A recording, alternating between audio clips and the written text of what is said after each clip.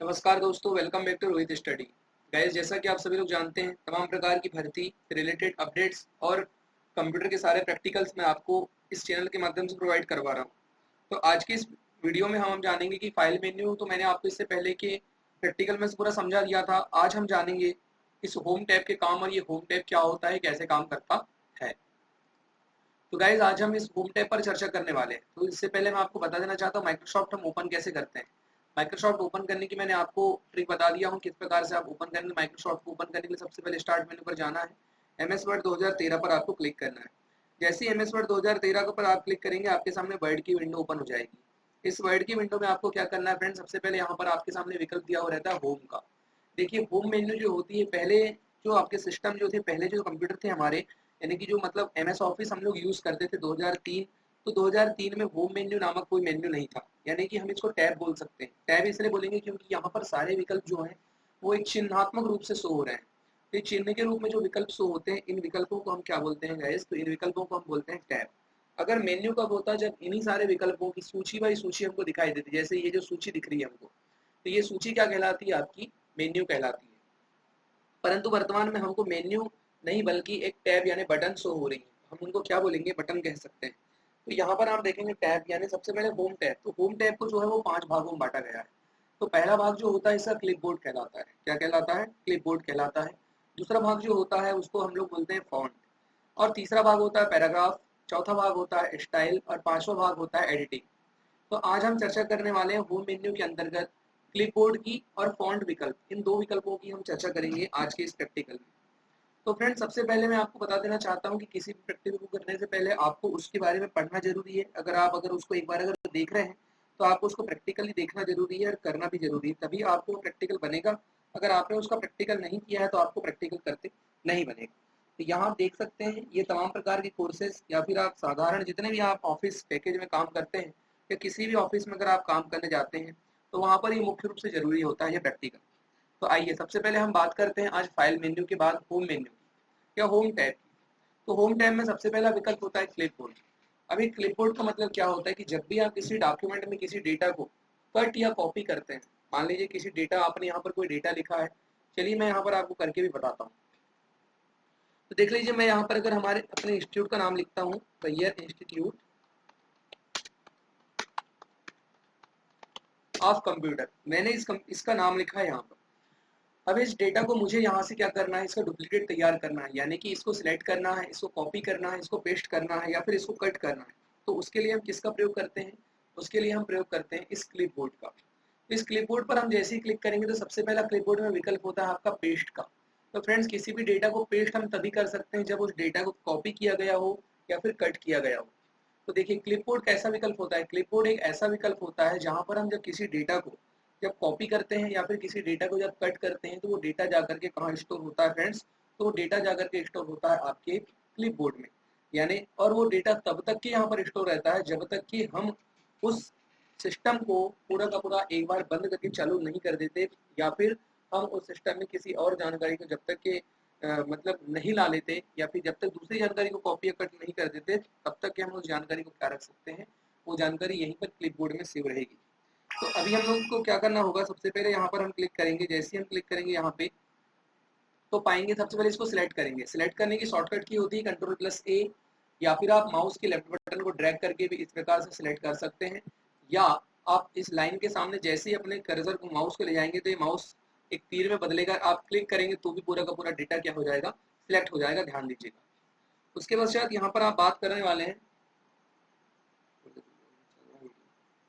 तो यहाँ पर आप बात करने वाले हैं, जैसे आप इसको सिलेक्ट कर लेंगे उसके पश्चात ये ऑप्शंस ऑटोमेटिकली ऑन हो जाते हैं।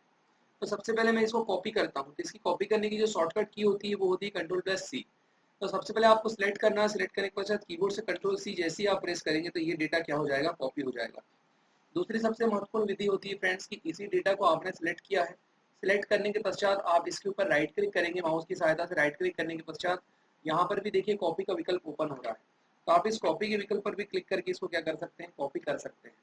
उसके पश्चात फिर दूसरा विकल्प ये होता है कि आप इस डेटा को कॉपी करने के लिए इस क्लिपबोर्ड पर दिए हुए कॉपी बटन पर भी क्लिक करेंगे तो डेटा क्या हो जाएगा, कॉपी हो जाएगा। चौथा विकल्प आपका होता है कि आप इस क्विक एक्सेस टूलबार से जाकर के जो कॉपी का विकल्प है उसको आप यहाँ से ला सकते हैं। जैसे यहाँ पर कॉपी का विकल्प आपको नहीं दिख रहा है, मैंने इससे पहले की वीडियो में आपको बताया हूँ कैसे हम कॉपी का विकल्प लाते हैं। तो मोर कमांड पर आपको क्लिक करना है। मोर कमांड पर क्लिक करके देखिए यहाँ से आप कॉपी के विकल्प पर क्लिक करेंगे तो इसको ऐड करा, ये देखिए ऑलरेडी ऐड है हमारे पास कॉपी का विकल्प, ये दिख रहा है देखिए कॉपी का विकल्प। तो ऑलरेडी यहाँ पर ऐड है तो हम इसको ओके कर देंगे। ये देखिए कॉपी का विकल्प यहाँ पर ऊपर बना हुआ है। कॉपी इसके शॉर्टकट की जो होती है Ctrl+C होती है, यहाँ पर दिखाई दे रहा है।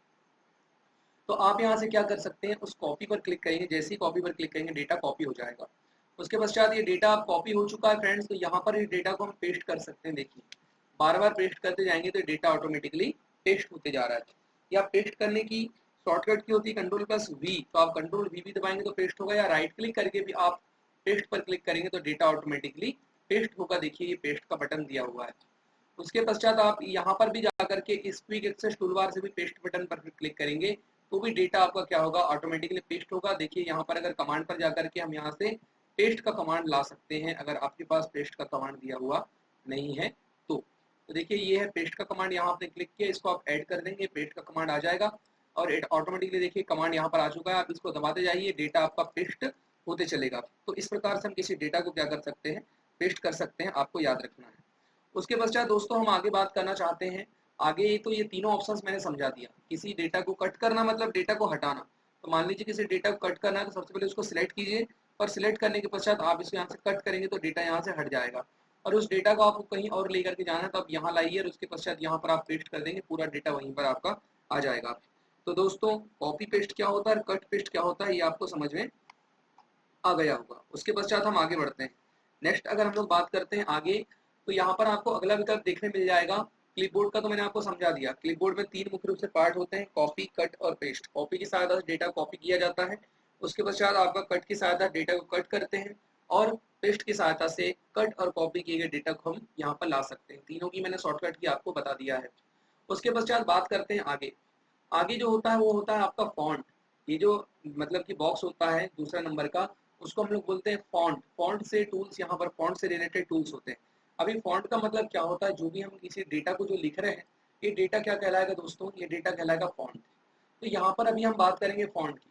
तो फॉन्ट पर जैसे आप क्लिक करेंगे तो सबसे पहले आपको यहाँ से पहला विकल्प मिलता है, यहाँ पर देखिए फॉन्ट का। तो इस फॉन्ट पर क्लिक करके आप क्या कर सकते हैं, यहाँ से हिंदी, इंग्लिश अगर आपको लेना है, या फिर तमाम प्रकार के अनेक फॉन्ट अगर आपको लेना है तो आप यहाँ से उन फॉन्टों को ले सकते हैं, सिलेक्ट कर सकते हैं। देखिए मैं यहाँ से कुछ 11 ले लिया, तो फॉन्ट ऑटोमेटिकली सिलेक्ट हो जाएगा। मैं जो भी लिखूंगा यहाँ पर हिंदी में ही फॉन्ट चालू हो जाएगा। उसके पश्चात इस डेटा को हमको चेंज करना हो तो हम यहाँ से इसको सिलेक्ट करेंगे। यहाँ से हम इसके साइज को कम या ज़्यादा कर सकते हैं। देखिए इसके साइज को मैं कम या ज़्यादा यहाँ से कर सकता हूँ। तो ये विकल्प होता है आपका फॉन्ट साइज का। अभी दोस्तों हमारे पास अगर माउस नहीं भी है तो भी हम कीबोर्ड की सहायता से पूरा काम कर सकते हैं। तो कीबोर्ड की सहायता से पूरा काम करने के लिए ये कैसे कीबोर्ड की सहायता से टोटली मेन्यू चालू की जाती है, वो उसका मैं बेसिक प्रैक्टिकल आपके लिए लेकर के आऊँगा इसके बाद वाले वीडियो में, और एक एक प्रैक्टिकल के बारे में आपको मैं समझाऊंगा। तो दोस्तों यहाँ पर आपको मैं बता देना चाहता हूँ कि सबसे पहला विकल्प यहाँ पे मैंने आपको बता दिया फॉन्ट कैसे लेते हैं और फॉन्ट का साइज कैसे लेते हैं। उसके पश्चात आपने यहाँ से सिलेक्ट करने के पश्चात भी ऑटोमेटिकली यहाँ से आप फॉन्ट के साइज को बढ़ा सकते हैं। अगला विकल्प होता है बोल्ड का। तो आप यहाँ से बोल्ड कर सकते हैं, किसी विकल्प को अगर आपको बोल्ड करना है तो आप उसको सिलेक्ट कीजिए। सिलेक्ट करने के पश्चात आप Ctrl+B भी दबाएंगे तो डेटा बोल्ड हो जाएगा। देखिए Ctrl+B दबाएंगे तो बोल्ड और अनबोल्ड होते चल रहा है। उसके पश्चात यहाँ पर रहता है इटैलिक का बटन।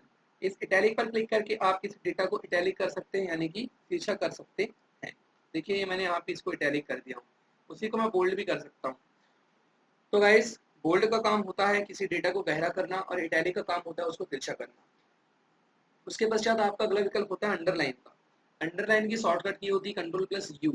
यहाँ पर भी मैं आपको बता देना चाहता हूँ कि जो बोल्ड की शॉर्टकट की Ctrl+B, इटैलिक की शॉर्टकट की Ctrl+I और अंडरलाइन की शॉर्टकट की Ctrl+U होता है, आपको याद रखना है। तो तीनों प्रकार से हम यहाँ पर काम कर सकते हैं।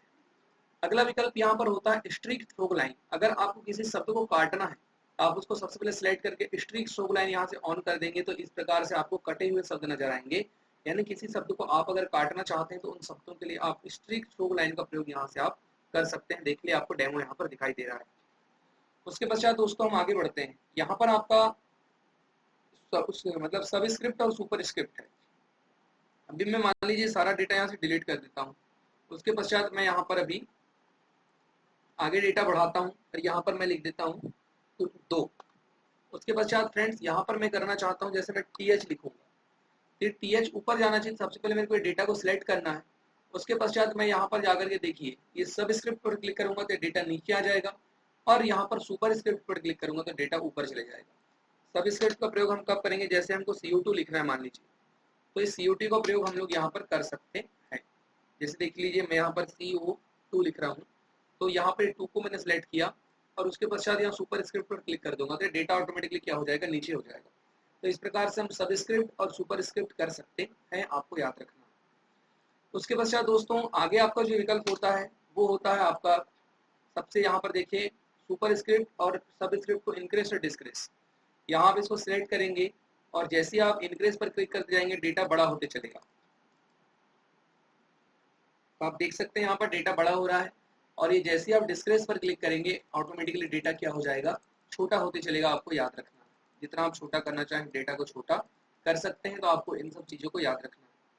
उसके पश्चात फिर अगला विकल्प यहाँ पर होता है फ्रेंड्स, जो होता है आपका ऑल कैप का या चेंज केस का। तो मान लीजिए मैं इस डेटा को भी डिलीट कर देता हूँ। यहाँ पर मैं कोई भी डेटा टाइप कर रहा हूँ, ये देखिए मैं यहाँ पे बहुत सारा डेटा टाइप कर रहा हूँ। अभी मैं इसको थोड़ा बड़ा कर लेता हूँ, कंट्रोल A से मैंने सेलेक्ट किया और उसके पश्चात यहाँ से मैं इसका फॉन्ट साइज बढ़ा देता हूँ। अभी आप देखेंगे कि यहाँ पर डेटा जो है वो कैपिटल लेटर में लिखा हुआ है। तो चेंज केस का मतलब ये होता है कि आप डेटा को अलग अलग प्रकार से चेंज कर सकते हैं। जैसे यहाँ चेंज केस पर आपको क्लिक करना है। सबसे पहला विकल्प होता है सेंटेंस केस। सेंटेंस केस का मतलब ये होता है कि जब आप कोई भी सेंटेंस को प्रारंभ करते हैं तो उसका पहला लेटर जो है वो कैपिटल होता है, बाकी सारे लेटर्स स्मॉल होते हैं। अगर मैं सेंटेंस केस पर क्लिक करूंगा तो ये पहला लेटर जो है यहाँ पर कैपिटल हो गया है और बाकी सब लेटर स्मॉल लेटर में। उसके पश्चात दूसरा विकल्प होता है लोअर केस। तो लोअर केस में पूरे मतलब कि लेटर जो रहते हैं सभी स्मॉल लेटर में होते हैं, देख सकते हैं आप सब स्मॉल लेटर में ही है। अगला विकल्प होता है यहाँ पर देखिए अपर केस। अपर केस पर आप जैसे ही क्लिक करते हैं तो सारे लेटर क्या हो जाते हैं, कैपिटल रूप में आ जाते हैं, सारे लेटर कैपिटल हो जाते हैं।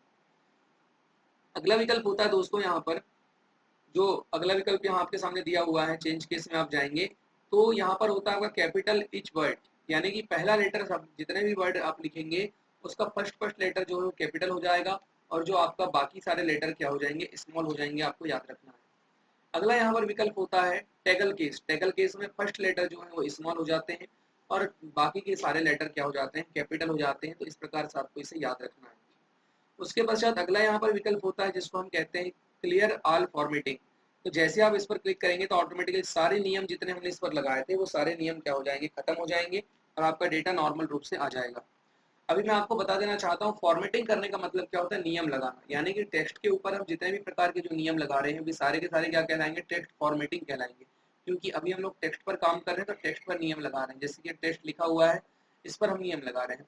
उसके पश्चात यहाँ पर विकल्प होता है आपका टेक्स्ट इफेक्ट का। इस पर जैसे आप क्लिक करेंगे बहुत सारे आपके सामने इफेक्ट है, आप उसी इफेक्ट में अपने टेक्स्ट को लिख सकते हैं। मैं यहाँ से इसको थोड़ा बड़ा कर देता हूँ तो आपको अच्छे से समझ में आएगा। दोस्तों देखिए यहाँ पर आप क्लिक करेंगे, जैसे आप इफेक्ट देंगे उसी प्रकार से आप इफेक्ट अपने वर्डों पर लगा सकते हैं। नीचे आएंगे आप आउटलाइन का विकल्प है, इस आउटलाइन पर क्लिक करके आप किसी भी कलर की आउटलाइन दे सकते हैं। देखिए मैंने यहाँ आउटलाइन दे दिया। फिर यहाँ क्लिक करेंगे, नीचे आना आपको शैडो पर क्लिक करके आप विभिन्न प्रकार के यहाँ से शैडो है, कोई भी शैडो का प्रयोग आप कर सकते हैं। उसके पश्चात आप नीचे आएंगे तो यहाँ पर आप देख सकते हैं रिफ्लेक्शन पर क्लिक करके आप किसी भी प्रकार का रिफ्लेक्शन दे सकते हैं। यहाँ पर देखिए मैं जैसा रिफ्लेक्शन दूंगा वैसे रिफ्लेक्शन यहाँ पर क्या कर रहा है, कार्य कर रहा है। उसके पश्चात अगला विकल्प होता है, यही देख सकते हैं नंबर स्टाइल में आपको कर देना है तो आप नंबर स्टाइल में भी इनको दे सकते हैं। जैसा आप देना चाहें वैसे प्रकार से इनको सेट कर सकते हैं। तो ये होता है आपका टेक्स्ट इफेक्ट। टेक्स्ट इफेक्ट की सहायता से आप अपने डेटा में टेक्स्ट भर सकते हैं, इफेक्ट डाल सकते हैं।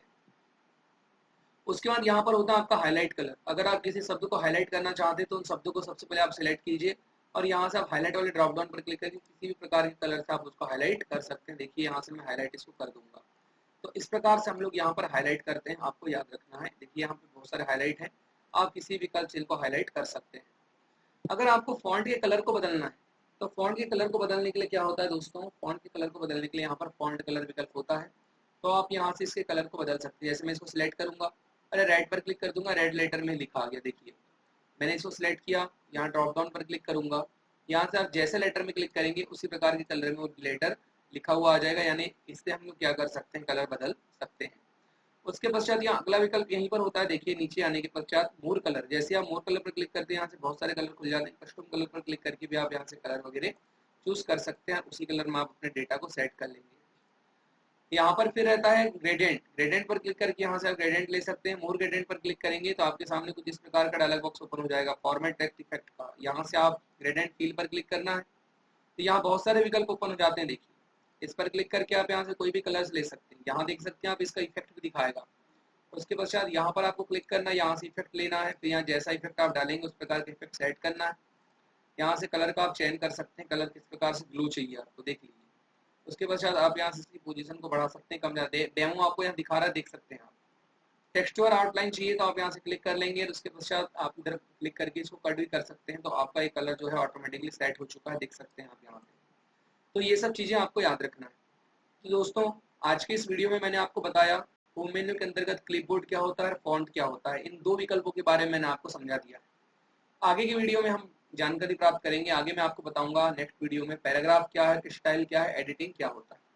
तो गाइज अगर आपको वीडियो अच्छा लगा हो तो प्लीज़ वीडियो को लाइक कर दीजिएगा। और अब तक अगर आपने चैनल सब्सक्राइब नहीं किया है तो चैनल को सब्सक्राइब करके नोटिफिकेशन ऑन कर लीजिए ताकि आने वाली सभी अपडेट आपको मिल सके। तब तक बने रहिए आप रोहित स्टडी आपके साथ।